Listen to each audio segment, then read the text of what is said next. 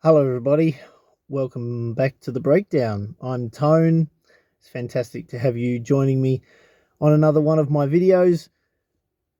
I can't really remember the last time I've done one. It's probably at least a month. Sorry for yet another delay, but life is just really crazy and busy at the moment. And that actually brings me straight into the topic for today. Just finishing my delivery shift, and I'm listening to the radio. And the topic of the day is landlords, tenants, the housing crisis that we have got going on in Australia. And one caller just called up and was talking about the fact that the asset class, or the property as an asset class, is the main one that is literally being attacked by government in taxes in order to get taxes in to pay off the debt. And the middle class, they didn't say this, but I'm paraphrasing, the middle class are the ones taking the brunt of all of it. Right.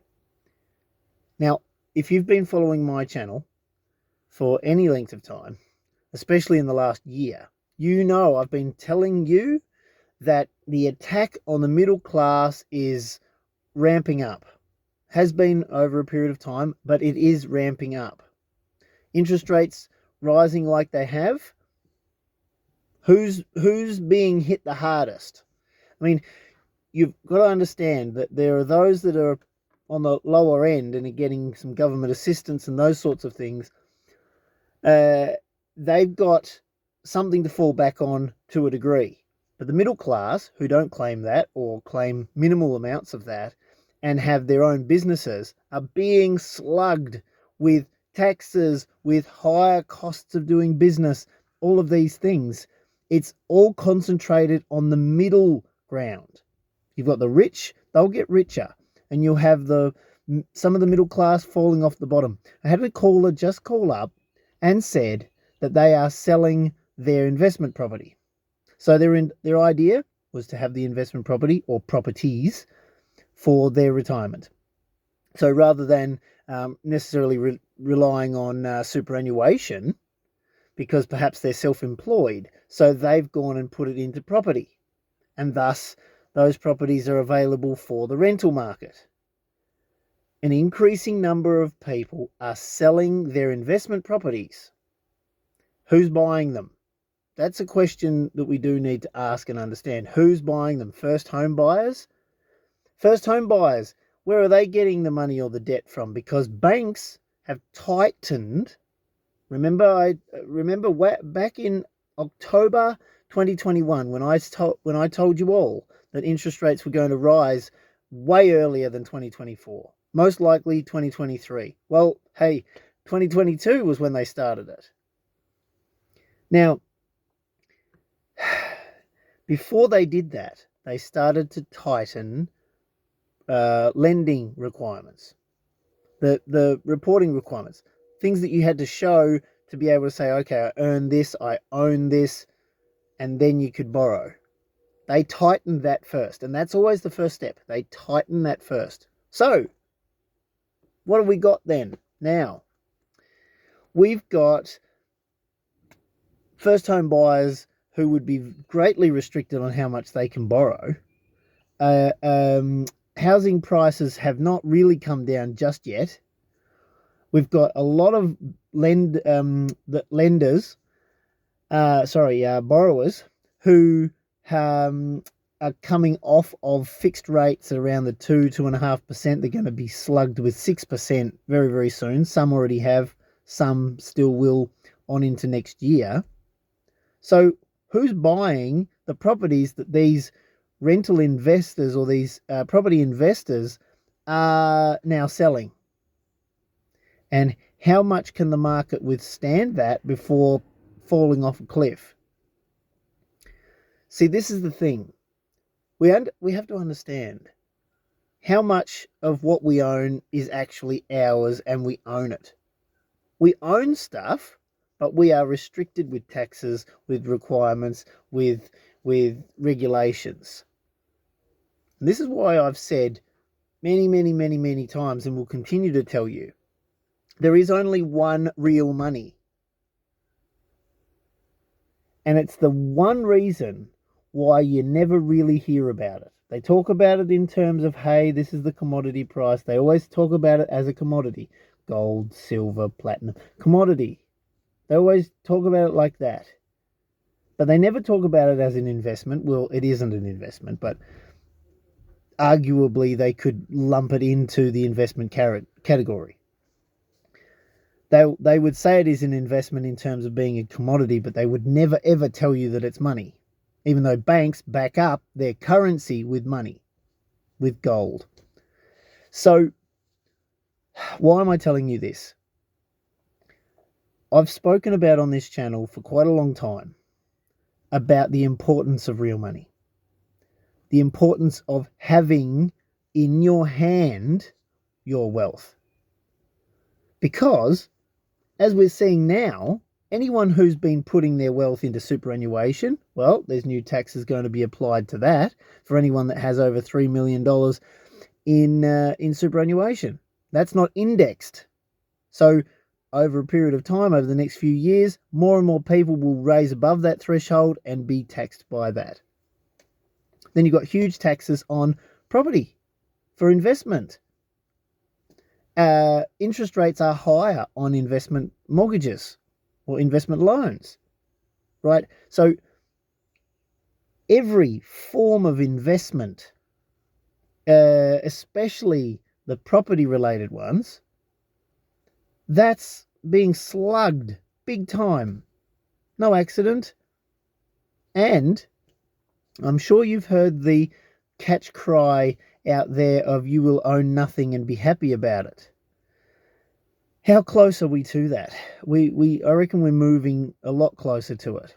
And that's the trajectory we're on.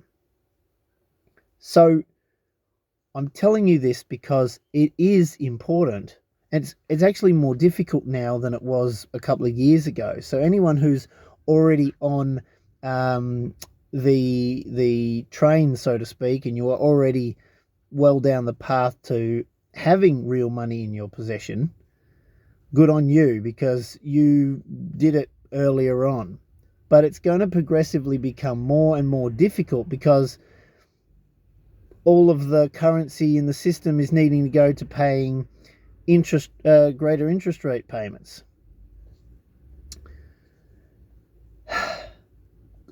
Seriously, as I've said before, if you don't already have gold, silver, platinum, I'm not sure why, but it's never too late. It's just more difficult now, but it's never too late to get onto it and get something in your back pocket, so to speak, somewhere that you have that's tangible. Because if things get really bad, okay, we are talking about what ifs, but we've been there before. And it's already been far too long for most people that are alive to know about the Great Depression, being that it was the 1929, 1930. You know, we're not far off of, we're 6 or 7 years away from it being 100 years ago. So they've allowed a fair few generations to kind of disappear, and then this is coming again. What does that look like in the modern day with everything connected the way that it is? We need to understand that, because if we have a sharp property decline, price decline, we have a share market decline, we have a hyperinflationary period with currency, and this idea that raising rates the way they are keeps inflation under control, there's nothing true to that. Absolutely nothing. Because all it takes is for the wider market to decide that the dollar isn't worth anything, and then you'll get hyperinflation because all the dollars flow back. People want to take out their cash. That brings me to the next point. Cash is being restricted on how much you can take out of banks on any given time. So, my take on that is you ought to have, again, this is not financial advice, I'm not a financial advisor, this is what I'm doing. I am taking out cash on a regular basis, bit by bit. And it is a strategy to make sure that no matter what actually comes our way in the next year, 2 years, 5 years, doesn't matter. The idea that, people want to keep their cash in the bank or their currency in the bank so that it earns interest need to understand that the interest you are earning, you're still going backwards. And for the slightly extra cost of a loss of that interest, for the sake of security, just in case all of a sudden you can't take out any cash, no.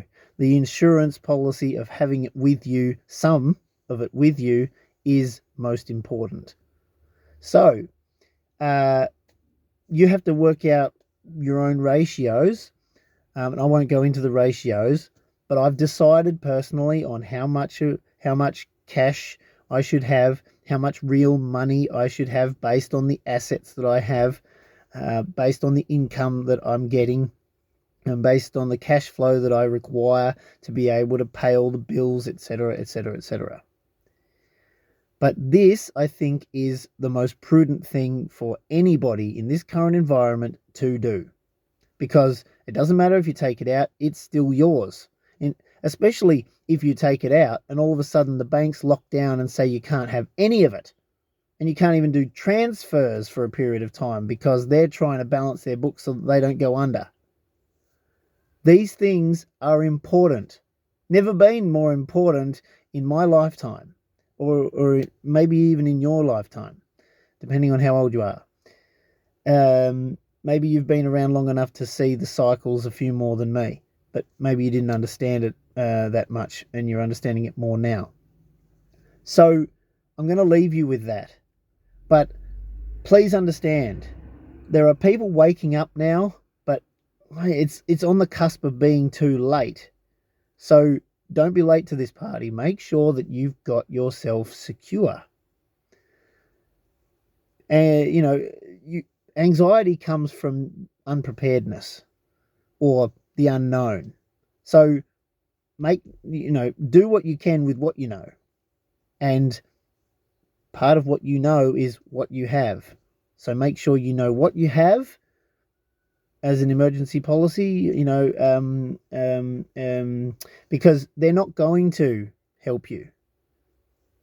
They'll help themselves first.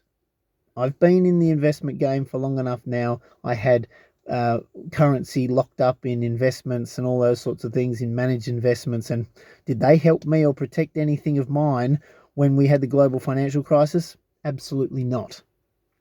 So are they going to do that this time with anybody's? No, they're not. So protect yourself. And as Gregory Mannarino loves to say, become your own central bank. And I agree 100% with that. Check his channel out too on YouTube if you haven't already. And please take care. Until next time, I'll see you in the next videos. But take care and God bless. Bye for now.